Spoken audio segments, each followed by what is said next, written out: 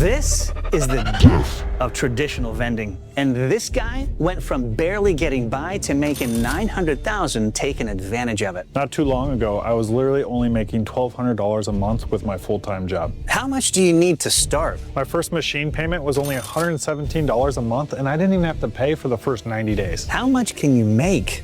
Our best location does $17,000 a month. Some businesses will pay you to put your machines at their locations. And is the income as passive as they claim? Because of my setup, I only spend about an hour a week on my routes. That's it? That's it. I came to Eugene, Oregon to take Mike's step-by-step blueprint so that you and I can get in on this early. These machines didn't even exist a year ago. All right, Mike, tell us a little bit about your vending machine business and the inspiration that came. What's the story behind it? How did you get started? Yeah, so I was actually in the Denver airport one time and I went to a vending machine at 11 p.m. and I went to get this bottle of water that was like $8. And I knew that bottle of water costs 20 cents at Costco. And I was like, I'm paying massive margins on this bottle of water. And then someone is sleeping at home making money off of me while this machine does this. And it was just like an aha moment of like, this is a fascinating business model. I got to learn about it. So I just went down this path and just started diving into it. All right, tell us about the scale of your operations as it is today and what makes you guys so different. Yeah, so we just installed 2 more machines this week, and now I think we're up to over 80 machines. Our goal is to do about $1,000 a machine, but we're over $75,000 a month just in top line revenue. Yeah, and what makes us so different is we're all in on innovation. So we're doubling down on AI. We're, the traditional vending word we don't even use. We like to use unattended retail because, as you can see back here, we can do items that don't traditionally fit in a normal vending machine. It's all about what the consumers today want. And so that's what we're focused on, is using these smart machines and AI that can ultimately put anything in one of these micro markets or smart machines. What about employees as far as operations? How many you got working on the team? Probably 6 employees. I don't care about the machine number as much as I care about the revenue. So I would love to get to 150 in the next 6 to 12 months. Yeah. So we've done another interview with vending machines, and you guys should check that out. It's a great episode as well. But I've never heard of smart AI innovation when it comes to these vending machines. So I want to help you restock the next machine that we're going to go check out. So what are we grabbing before we head out of here? Yes, we're going to grab a couple of our top sellers, chips, some candy, some energy drinks, and Gatorade, and then let's rock. All right. So this is the first apartment complex, huh? Yeah. It's beautiful here. I mean, you got everything the students need, I guess. What is this? This is not an old school vending machine that I'm used to seeing. It looks like a bookshelf, doesn't it? Wow, this looks clean. Fun fact, traditional machines are dead. So we actually had a traditional machine in one of our apartment complexes. It was doing at max sales $1,200 a month. We swapped it out with one of these bad boys. Right away, started hitting $3,000 a month. First impression, looks just like a fridge. Scan the card, we'll try this a little later. Open the door. Yeah. Won't let you open until you got my money, right? Yeah, exactly. And then basically what? Pick whatever I want and walk away with it? Yeah, so there's AI cameras in every single corner, and this is where on the back end, you'll see later, but we have planograms that will actually outline where each product is, and whatever you grab, the AI cameras will charge you. So we maximize like you'll even see the Red Bulls in the corner and everything, because we want to maximize as much space as possible to drive as much sales with our customers. Let's talk briefly, Mike, about startup cost and then how you secured your first location. What's the story on that? Yeah, so startup cost with this machine is around $7,000 to $8,000, and we like to finance our machines over 60 months. So we'll take that $8K, spread that over 60 months. Your machine payment's around, let's say, $150, $175. That's enough. And then we'll use the cash flow to pay it off. Our goal is to pay off all our equipment within 18 months. And what was your first location? Our first location was an apartment complex. I actually walked into there right before COVID. Didn't even know where to go find a machine. Didn't even have an LLC at the time. Didn't even have a business name. And I just went in and they were like, they don't want their residents going to the 7-Eleven when they're at 11 p.m. They want to keep everything in-house just for liability reasons. And this beautiful space, it's all about luxury amenities. Hence why they would allow something like this, but not a traditional machine. So you just went in and asked? Yeah. Did you have any prior experience? How did you learn on how to operate a vending machine business? So I had no vending experience. Once I got that first yes, I was like, thank God for YouTube, because I just started watching YouTube videos on repeat, everything from the best machines that people would do breakdowns of on YouTube, but also like how to set the prices, how to install the machine. The whole thing was self-taught. Wow. So nowadays, yeah, you could find anything and everything on YouTube. By the way, guys, did you know we have a complete step-by-step blueprint on how to start a profitable vending machine business? Check out the UpFlip Academy. Let's switch things up a little bit. Let's see things in action. I want to try to buy one of the pieces here. I love it. See what it works like. Let's do it. Okay, so if you've never used a smart machine like this, it certainly comes with instructions right here. I'm gonna look up prices here on the screen. I'm gonna tap the card. It's talking to the banks. There you go, grab your items. There you go. Grab it all. Hey, since I'm using your card, can I just grab all of it? Yeah, load it up.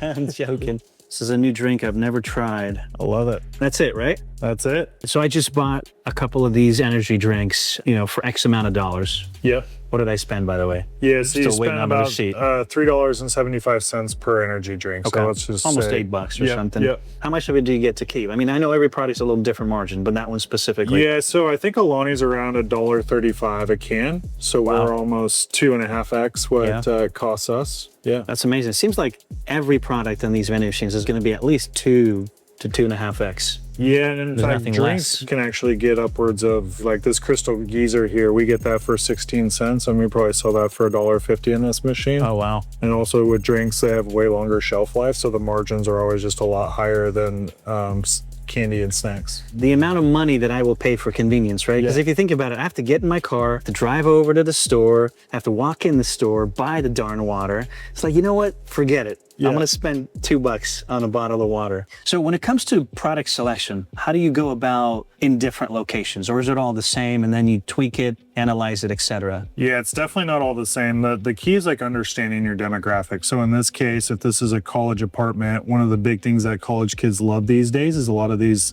sugar-free energy drinks. But also when we look at the candy side, these kids love these huge bags of candy to take ultimately that whole idea of I want bigger items and I want to like snack on it over time versus just like an initial rush of like a candy bar. So it's all about understanding the demographics of the location. So we have an apartment complex that has a lot older demographic, and we have to stock it with Diet Cokes and Snickers because those people absolutely love the old school candy. And you'll see here, we literally throw Snickers in one row in the corner, where that other location will have 3 rows of Snickers because it'll sell out so quickly.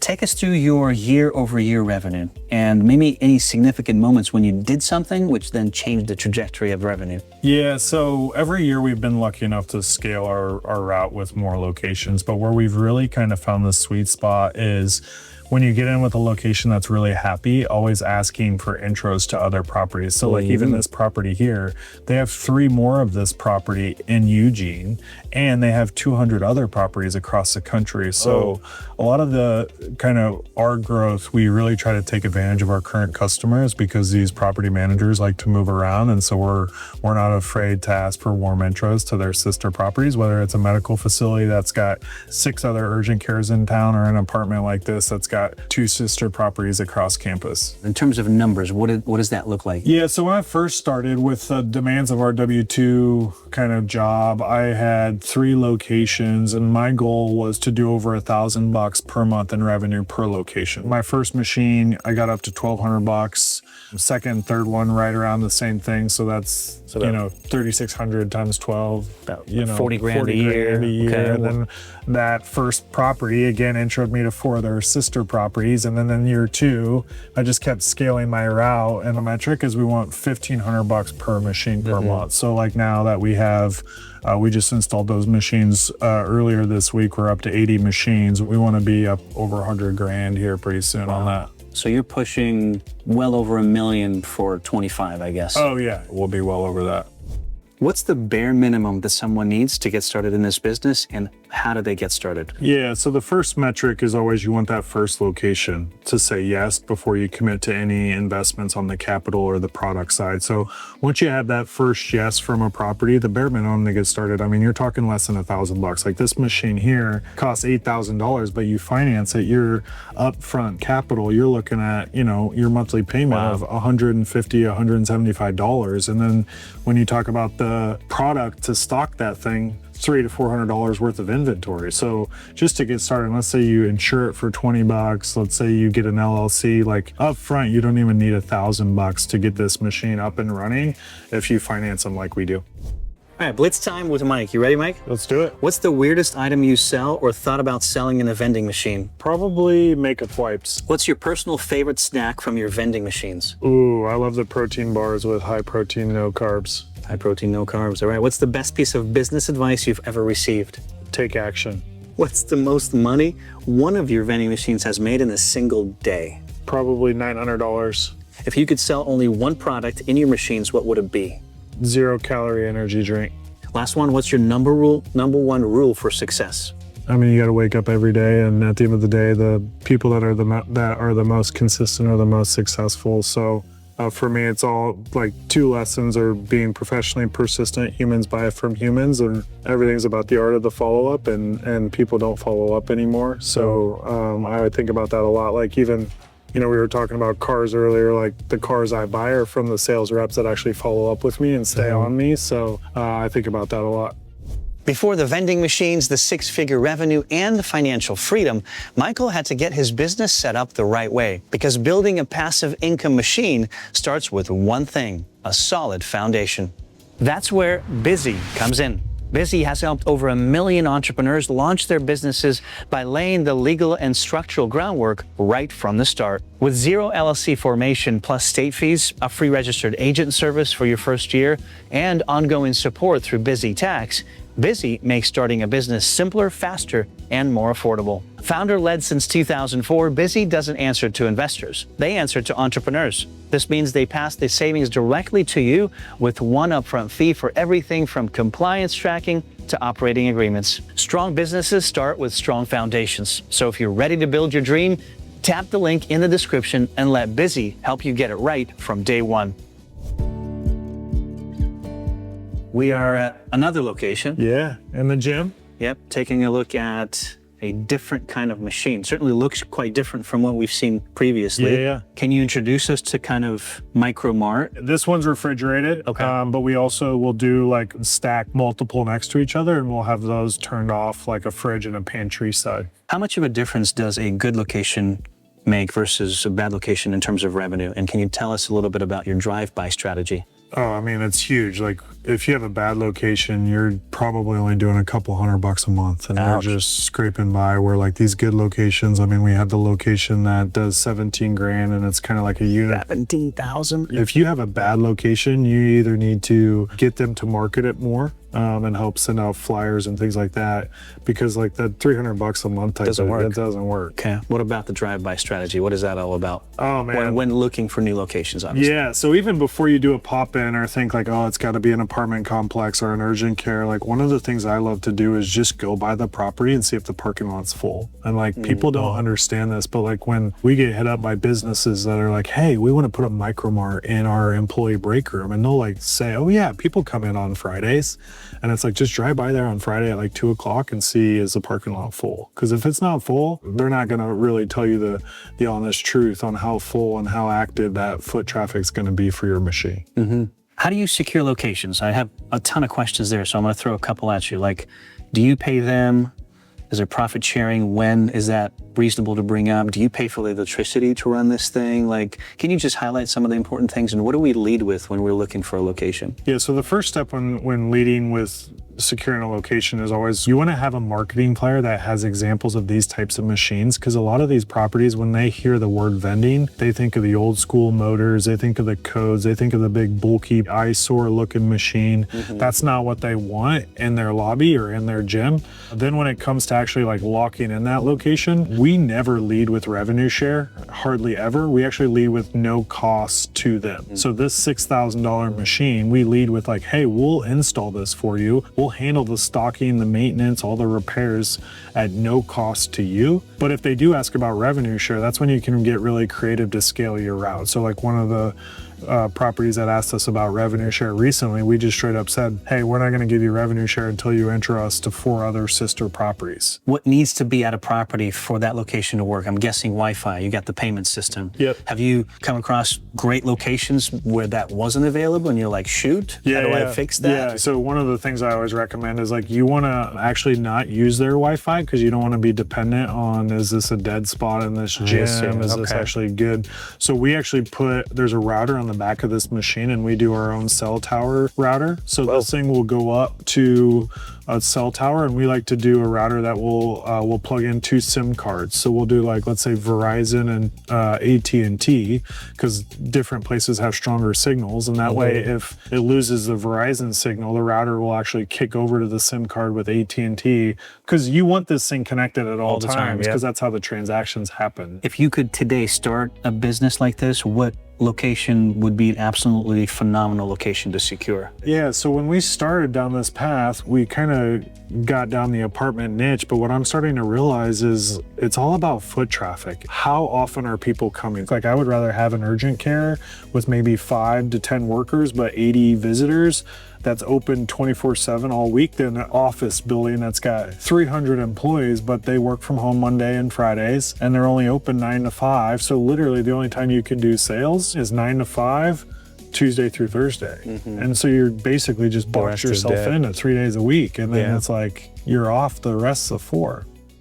Have you ever had a machine totally fail on you? Why? What's the lesson that you've learned earlier? Oh man, this is like bringing me back to when I first got involved with vending in that property. It was like, hey Mike, we're ready to move forward. I went and tried to save $1 by buying a machine off Craigslist. I saved $2,000 by buying a used machine. I was like, sweet, instead of paying 6, I'm only paying $4,000. Literally, this machine shows up, everything's hunky-dory. Within 6 months, the machine broke down and I had to go buy a brand new machine anyway. So ever since then, I'm only buying new machines that are under warranty. No refunds on that one, Oh, no, obviously, that was right? a used machine so now on the this one costs secondary you market. 10 grand. Yeah, exactly, 10 grand instead of exactly. So I'm curious to go check out one of your few remaining traditional machines, which you said is just across the street, right? Right across the street. Let's go check it out, talk about maybe why you're replacing it and the benefits of doing that. Let's do it. Cool. All right, here's it's not the very traditional one. I mean, it's a little modernized. A little modernized, but it's still traditional. You still got the codes and you still got to enter in your card every single time you want to buy something. Gotcha. What a weird location, though. We're like in the basement. Wouldn't you say this would be better in the entrance of the apartment complex? The great thing about this location and why it does so well is everyone has to park in the parking garage. And so everyone has to come through these doors to get on the elevator. And this machine crushes it because of that. Let's just quickly touch on pricing again. What's important when it comes to pricing the product correctly, especially for those who are just starting out? Yeah, so the biggest trick when understanding pricing dynamics is actually thinking about what do these items cost at the local gas station. So whether you live in the South or you live in the Northwest or anywhere in the country, the first thing I recommend is like, okay, this Starburst, I think it costs me $1. Maybe I'll charge $2. Well, what I'll do is I'll actually go by the gas station and see what does that Starburst actually cost. And maybe we will even mark it up a quarter from the gas station's prices just because of the convenience of not having to go there. Is this business as passive as advertised? Like, how many hours a week do you work? Yeah, I mean, I spend probably an hour on this route a week max. What? Yeah, I Are you think sure there's no zeros behind the one? 100%. Systems are so crucial to making things passive. And like, even we know every single week when our delivery driver is coming with all of our product to the warehouse, it's always Mondays between 9 and 11. We know when we need to go buy each machine. So like this machine might be on like a Monday, Thursday schedule. So we can actually build out systems before we just start trying to hire as much help as possible and literally throw dirt at the wall and see what sticks. In terms of overhead, where are you at? Can you break it down for us? Yeah, so a good margin when you're building these routes is you want to shoot for 50% profit. So when you think of a route that's doing, let's just even break it down by the machine. So this machine, let's say it's doing $1,500 a month. So that's probably going to have 30% COGS. Let's just say 33% to shoot high. So $9.99 for that credit card reader. Maybe your machine payment's $120. And right there, if you're doing the stocking yourself, your margins are actually closer to 60-65%. But if you hire an operator like me to make things passive, you're looking at around 50 to 45 to 50% margins on that. What if you could launch your own vending business in just 10 days? Inside UpFlip Academy, the vending expert, Adam Hill, who brings in $58,000 a month, only working 2 days a week, shares his entire complete step-by-step blueprint. You'll learn how to pick the best locations, stock for maximum profits, and scale, and much, much more. Check out UpFlip Academy or click the link in the description below to start your free trial and get instant access. All right, well, let's get out of this tight space. Let's go check out the other locations, which is, you said, a medical facility with a machine that I haven't seen yet. It's the other model. What's unique about it? Give us a little something to look forward to. Yeah, so it's going to hold a lot of inventory. It's two of the Micromarts that are side by side that are just going to hold way more inventory than you've seen so far. All right. So this is actually a medical facility, or is it like a full-on blown hospital? No, it's a medical facility. And these are the two, you call this a micro market. Yeah. Why does it have that title? Obviously, we have the drinks, we have the snacks. Yeah, it's more like a mini market that people can put whatever they want in here to ultimately get that feel of just a micro market brought to your building. What makes a medical facility like this extremely ideal for a vending machine, and what other businesses did you find to do well as well? Well, the thing I love about these types of locations is even if you're coming in to see your heart doctor at cardiology, or you're going up to the third floor for x-rays, is you're coming through this main lobby. And so this main lobby has a ton of foot traffic. There's people coming in and out of here all times of the day for different reasons, but yet they're going to get the same access and visibility to this type of micro market. If you're inspired by Michael's story, don't forget to like this video and subscribe. Every bit of engagement helps us bring on more incredible guests like Michael. Thank you for watching.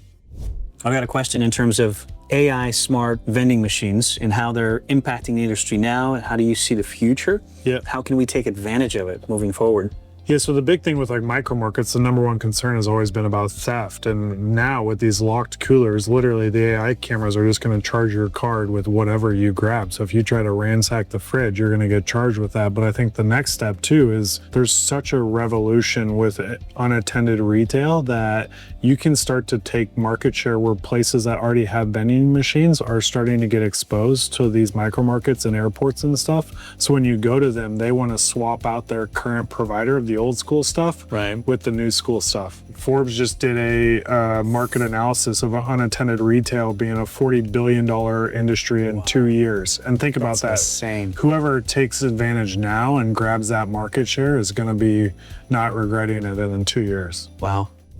So how much a system like that, Mike, would cost to set up? I mean, delivery, install? Yeah, so 2 machines, we're looking at $6,000 a piece. Then you got the deliveries about $1,000. And then the interesting thing here is there was actually no outlet there. And so we actually offered ourselves to pay for the contractor to come in. So that was another $600. And then you got, let's say, $1,000 of inventory, because those 2 machines hold a lot of inventory. So right there, you're looking at, $14,000, $15,000. Whether you finance or not is going to be up to you. If you could go back to any point in your journey and change one thing, or is there anything you'd change? I wish I would have actually joined like an academy or a community to actually streamline the process of this. Like I didn't know of any coaching to help these roadblocks and potholes that I drove through. Now I look back on it and I'm a huge believer in leveraging mentorships and leveraging things that can help speed up things. All right, well, I'm excited to go see your office, especially the back end of the AI. So let's go check it out. I love it. Let's do it. Cool. This is basically your office, right? This is the hub of operations? Yeah, we call it the whiteboard kingdom because I like to write a lot of ideas, make a few putts, and try to just kind of get all my thoughts written down. And gotta have this here. Yeah. So let's specifically talk about how AI optimizes your vending machine business and what data is it tracking? I mean, there's probably a lot, but what do you want to highlight? Yeah, so I think the first thing when you think of AI and ultimately that Coke you bought is like, how do they know what to charge your card when you grab that Coke? Because it's not like you're scanning that barcode. Yeah, I didn't have to do that. And so when you grab that Coke, the AI cameras will actually know, okay, the third row, third item from the left is what we should charge you. And so if we set that Coke in the planogram, the AI cameras will pull your activity from that machine and match it up with the Coke in the planogram and then what to charge you with that. I can see the machines, the stock levels. Yep, it's just traffic light, red, yellow, green. And then I can also see with our staff when we were just by there to stock, and we can go in and ultimately get ahead of that stocking. So before we even go to the property, just from our phone or behind a computer, we can go in and see what exactly do we need to take there, and how much. Load up our cart, exactly, and then we'll just restock it. It'll reset on the machine to show the stock levels from our dashboard. So like this machine here, we're there every other day, as you can see with the restocks. But other machines, we're there once a week or even once every 2 weeks if it's really slow. So that's the beauty of the analytics and being able to just see everything remotely before we actually have to go there and see what's empty. Wow, it's amazing because there's no way you can do any of this the old school way. No way. So this is certainly a game changer. Like I mentioned very first in the beginning. Wow, I'm blown away. What's one thing or a couple things that AI specifically gave you insight into the business that helped increase profits? Maybe something you didn't know when you got started, but you learned eventually. Yeah, so the beauty with these machines and the analytics is we can really like analyze the data and chop it up any way we want. And so one of the things we've noticed with like some of these apartment complexes, for example, that are higher end is people want the premium product. We see that all the time now with the analytics, where we can really dive into this marketing psychology of like how people purchase and then double down on what works. So drinks are selling like hotcakes.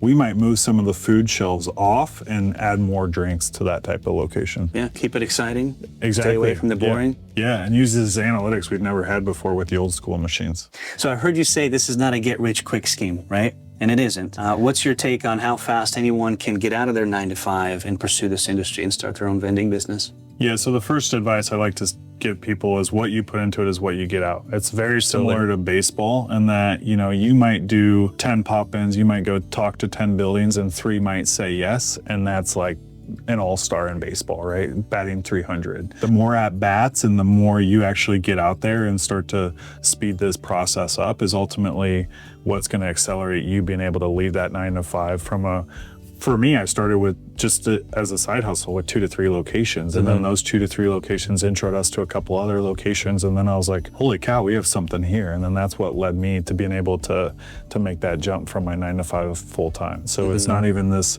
whole like, oh, the market's saturated. It's like you're bringing something to your market. There you go. That's key. Mike, what's a common business mistake that new vending machine business owners make that could easily be avoided? Oh my gosh, this drives me nuts, but people love to buy machines before they have locations where they're going to put them. And so I'll get people reach out to me all the time. Hey, Mike, I got 4 machines. And the first question I ask is, hey, what's the revenue of those machines? They're sitting in my garage. I'm like, why did you go buy 4 machines and they're not even out making you any money right now? Like the first thing you need to do is go find locations and then get the machines after the fact. Sign the deal, right? Exactly, sign the deal.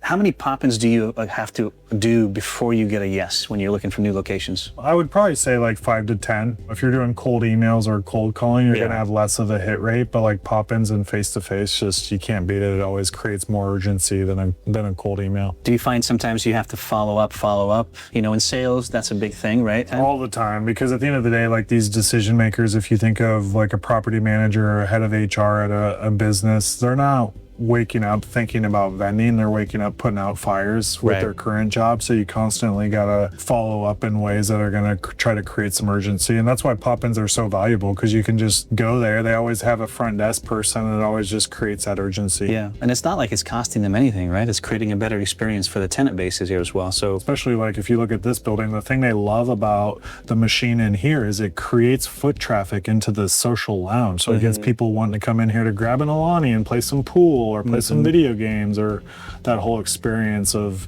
the amenity lounge.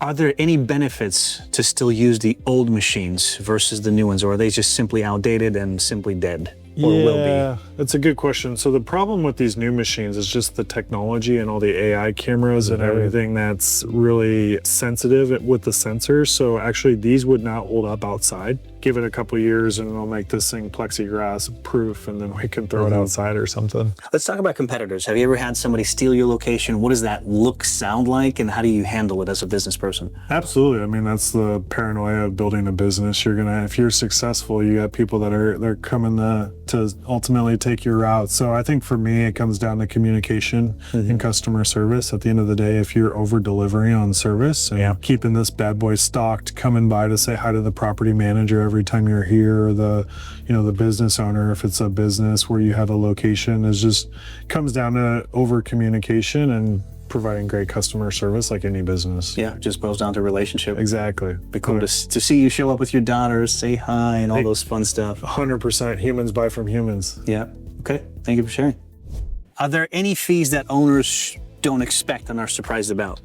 I don't think people will realize, like, these AI cameras, there's a software fee to those. So I like to budget around $50 to $60 per machine on those type of fees. And then, you also have data. We love to not relying on the building's Wi-Fi. So we pay about 2 to 3% by providing our own data to these machines so they can connect to cell towers without relying on the building. It's just minimal cost, but obviously. Yeah, they're just unexpected, and they're not like part of the hard costs like labor or cost of goods would be. Okay. What's a category for the vending machine business that you think is highly underrated, but on the flip side, very, very profitable? Yeah, so we look at a category that we love to implement as things like what we call incidentals. And when we think of incidentals, we think of those things that might not be everyday things like Tide Pods. I mean, we sell Tide Pods for $14 and they cost us $2.75. But these people that need Tide Pods in their apartment, they're gonna come down and get a bag. Anything like Dayquil, tampons, condoms, makeup wipes, all these things that have high margins, but when people want them, they're willing to pay anything for them. They don't even look at the price. Phone chargers, any of those incidentals that you don't really think about when you think of traditional vending. Wow. Yeah, the whole world is open as far as vending machines and what you can put inside, especially when it comes to the tech that you're using. Oh, it's crazy. I mean, I know you have kids and I have kids, but like when I go through the O'Hare Airport in Chicago, I'm like, they have Lego machines that are vending machines that have nothing in the machine less than $75. But think about it. All these parents traveling are probably like, well, I'll pay $75 for Legos for my kid to be occupied on a flight. Yeah, that makes sense. If I gave you $10,000 today to start a vending machine business from scratch, how would you spend it for the fastest growth? Yeah, so this is gonna be a little contrarian. Most people would think, oh, we'll use it on a machine or to buy product. I would actually go from it in a way of like, what's gonna get me the most locations the quickest? So I'd actually build up an incentive structure and pay people to do pop-ins for me at the types of locations that I like to be in with our machines, and create a commission structure that would be $1,000 for every property that they do a pop-in that wants to move forward with us. It's a little rich, no? No, because I think like if you think about that property's value, I mean, this property here cash flows, whatever it is, 30 grand a year. I mean, there's some serious value in just land grabbing. Wow. So get a bunch of college students and say, hey, execute on these properties. Here's the list. Give them a marketing flyer and say, use it as a leave behind. If they ask you about revenue share, or they ask you a hard question, you can literally say, my business partner handles that side of the business. Let's schedule a meeting. And then that's worth your time to come in and close it. Wow. I love it. Is it better to buy a route if you have the cash, or is it better just to start from scratch and kind of learn your way in the business? Ooh, that's a good question. I think it's going to ultimately determine on the operator and what their kind of experience is. I always recommend, if you've had no vending experience before and you're just getting into the game, like get a couple locations, even if it's with your kids, just to understand like everything that goes into that, because you're not just going to be able to like buy a route and delegate it. And so there's such a prime opportunity right now to buy routes at a discount from these baby boomers that are just trying to retire and get out from this business, and then ultimately add value. So I think of it as just like flipping a home. You buy these routes that got old school machines with old school $1.50 Diet Coke that's never caught up with inflation because they've always been scared to increase prices.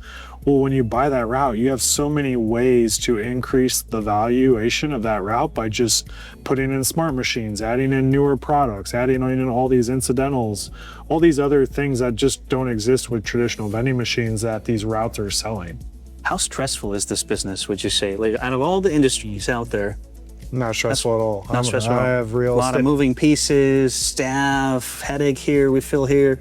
If we run out of Snickers, they're just going to buy a Twix. Like at the end of the day, if the machine's down, it's not the end of the world.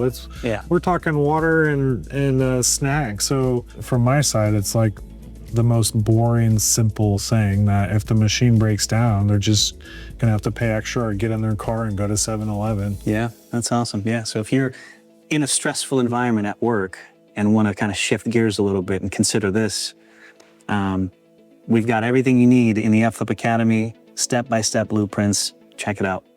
If you like this story, then make sure to check out another video we've done with Adam Hill, who brings in $58,000 a month, working only 2 days a week. Enjoy the video and make sure to like and subscribe. We'll see you next time.